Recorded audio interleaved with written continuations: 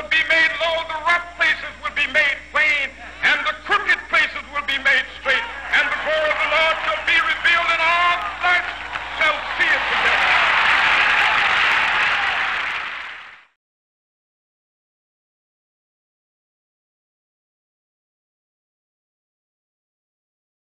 From the early BCs, slavery has been a form of widespread racism. In Northern American history, the earliest attempt of using slaves was in 1619. The English bought and sold slaves from Africa to many other continents, including the United States, had them working on plantations and in houses, while being forced to live in the poorest of living conditions, were not treated as human beings, and had no basic human rights. When the American Civil War began in 1861, there were some rights that were given to fight along with the colonists. After many milestones that African and African Americans had to face, President Abe Lincoln wrote the 13th Amendment, setting all slaves free in 1865. He also wrote the Emancipation Proclamation, stating slavery to be legal. In 1898, when Jim Crow laws were introduced, African Americans were free but not yet equal. They still had many obstacles to overcome and battles to fight. Jim Crow laws were named after Thomas "Daddy" Rice, a street performer that took on this persona from a song called "Jump Jim Crow" while touring the South. These laws legally allowed separation based on color while simultaneously degrading people of color as a whole.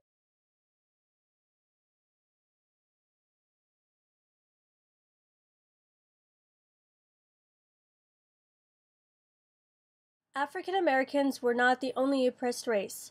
Following the bombing of Pearl Harbor by the Japanese Navy in 1941, the U.S. government started building internment camps around the country, but mainly in the Pacific Northwest and the West Coast, displacing about 100,000 Japanese Americans, because the U.S. thought they were Japanese spies. Camps used to even be present on the Puyallup State Fairgrounds. The first park on our journey will be Sam Smith Park. Sam Smith, after serving his term in World War II, came to Seattle in 1942. He was the first African American to be elected in Seattle's City Council, as well as the second state legislator from King County. One of his first acts while in legislature in 1958 was introducing a bill that would ban the discrimination based on race and or religion in the sale or renting of homes. Though this bill never had passed within his term, he never stopped pursuing this cause. In 1967, Sam Smith was re-elected in a city council, furthering efforts to promote social justice while paving the way to bridging the gap between cultural and political norms that inhibited the diverse population of Seattle. Sam Smith died on November 15, 1995. The city of Seattle named the central portion of the I-90 lid after him to honor his legacy in 1998.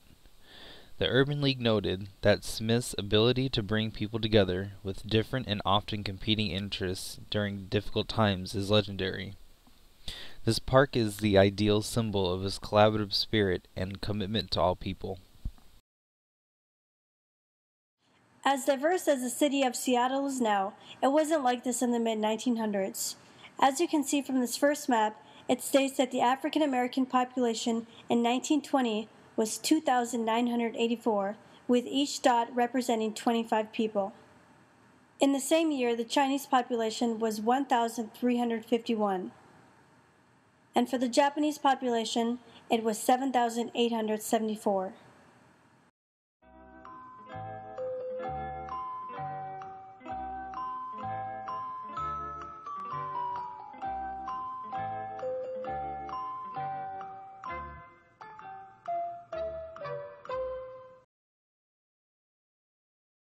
Starting with the African American population in 1960, it shot up to 26,901, the Chinese up to 4,076, and the Japanese to 9,351. So if you guessed the central area, you're correct. One other park we will be visiting on our MLK journey is Powell Barnett Park. Pal Barnett moved to Washington State in 1889. His father a former slave, and as a teenager, Mr. Barnett worked in the coal mines, and was even a member of an all-whites musicians union.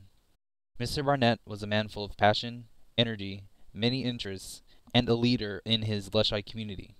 The Leschi Improvement Council voted to name the park after Mr. Barnett to honor the council's organizer and first president. He was an influential and inspiring man who focused a lot of his efforts towards improving the race relations and civic unity of the City Council, Seattle Urban League, and even led in organizing and was instrumental in uniting blacks and whites in the East Madison YMCA on 23rd Avenue. Originally chosen by the City Planning Commission to be used by Garfield High School as their track and field in 1962, Parks and Recreation bought the land in 1966 and developed the land into a park, naming it in Pal Barnett's honor in 1969. Mr. Barnett passed away in March of 1971. Home loans in the Seattle area were easy to get if you were white. African Americans faced discrimination even when trying to purchase homes, especially outside of the Central District. One man that wasn't faced with these disparities was Sidney Gerber. He spent decades trying to improve the climate for civil rights in Seattle. As a realtor, he played a key role in the open housing campaigns of the early 1960s. He created an open housing listing service to make it possible for African American and Asian American families to buy and rent homes outside of the central area. His Harmony Homes project helped break segregation in the Kirkland and Bellevue areas. Sadly, he, along with the Pacific Northwest, first American of Asian descent to serve in public office, Wing Luke, died in a plane crash in 1965. Gerber Park at MLK Way and Cherry Street in the central area is named after Sidney Gerber. Which brings us to Martin Luther King Jr. and why we celebrate his life, his journey, legacy, and his dream that still lives on nearly 44 years after his assassination. January 15th is the day that Dr. King was born and is observed as a national holiday every year on the third Monday of January. His inspirational speeches and actions for nonviolent activism during the Civil Rights Movement were recognized by the United States government in 1986.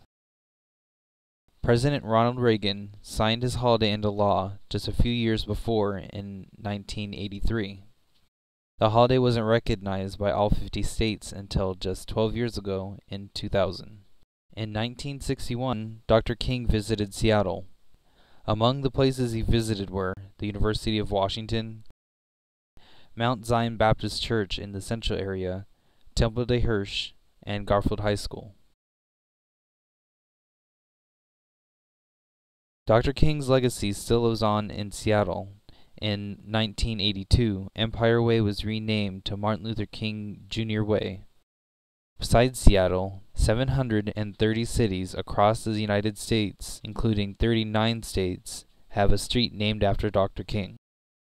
Also in commemoration to Dr. King in 1986, King County Council voted to commemorate King County to Dr. King rather than Vice President-elect from 1852. And in 1991, Dr. Martin Luther King Jr. Memorial Park was dedicated to him. The sculpture represents his climb to the mountaintop in his very last speech, the day before he was assassinated in 1968. We've got some difficult days ahead, but it really doesn't matter with me now because I've been to the mountaintop. And I don't mind.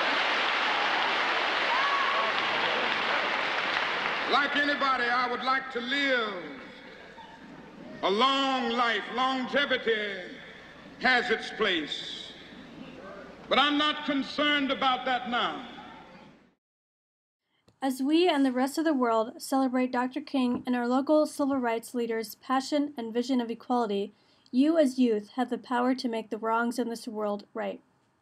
We challenge you to carry on the dream in your own personal way, either in the box below or at the end of the march as an art project, or using your cell phone, scan in the QR code at the bottom of your screen.